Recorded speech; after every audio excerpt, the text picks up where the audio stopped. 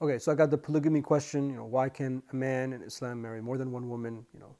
We know that question. So, the first thing I'll say is that Islam, as we understand it, is a system of belief and a system of legislation that is valid for all times and all places and all circumstances from the time of the Prophet ﷺ till the end of time. That means it's got to be pretty flexible. It's got to have the mechanism within it that it can be adapted and that it can be applied to meet all of the human conditions.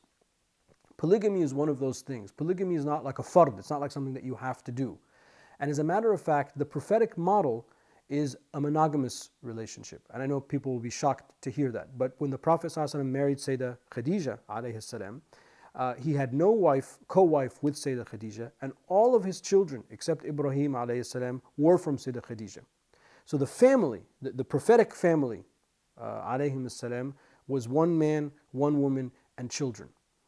It was after the Prophet ﷺ, after she passed, and for many reasons that we know from the seerah, he married different women for different alliances and things like that. And these were not necessarily romantic relationships. I mean, some of the Prophet's wives were very old, elderly women that had no one to care for them, so he married them, and this was a form of protecting them.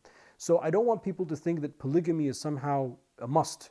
As a matter of fact, it's the opposite. I remember I asked one of my teachers, rest in peace, he has since passed, I said, can there be something in the Sharia that's permissible but you shouldn't do? And he said, of course. I was like, well, like what? He's like, well, polygamy. He's like, it's perfectly permissible, but if you do that, you're going to mess up your first marriage and your kids and your house and things like that. So not everything that is mubah, not everything that is permissible is mutah, is doable. And that's something that we have to understand. Why then do we have these rules? If what I said is true, why do we have these rules? Because there will be times in which this could be a viable option.